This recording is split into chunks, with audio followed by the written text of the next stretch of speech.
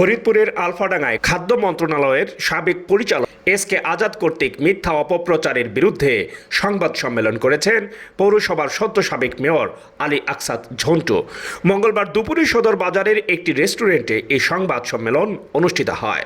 সংবাদ সম্মেলনে আলী আকসাদ ঝন্টু জানান, জমি ও ফ্ল্যাট ক্রয়ের লক্ষ্যে এস.কে আজাদকে নগদ 2,60,00,000 টাকা প্রদান করি, কিন্তু দীর্ঘদিন সেই সম্পত্তির দলিল রেজিস্ট্রি না করে দিয়ে নানা রকম তালবাহানা করতে থাকে। এ নিয়ে আদালতেও মামলা করেছি। এখন এস.কে আজাদ মিথ্যার আশ্রয় নিয়ে ভিত্তিহীন প্রোপাগান্ডা ছড়িয়ে সমাজের নিকট আমার মান সম্মান ক্ষুণ্ণ করার অপচেষ্টা করছে। এ সময় সংবাদ সম্মেলনে ফরিদপুর ও আলফাডাঙ্গা উপজেলার বিভিন্ন প্রিন্ট, অনলাইন ও ইলেকট্রনিক মিডিয়ার গণমাধ্যম কর্মী উপস্থিত ছিলেন। করার ও ক্ষতি করার অপচেষ্টা লিপ্ত থাকে এমন খাদ্য পরিচালক আমার বিরুদ্ধে এক সংবাদ সম্মেলনে আমার নিজ নামীয় হিসাব নম্বর একবার আমি বিজ্ঞ আইনজীবীর মাধ্যমে আমার চেকটি ফেরত পাওয়ার জন্য তাকে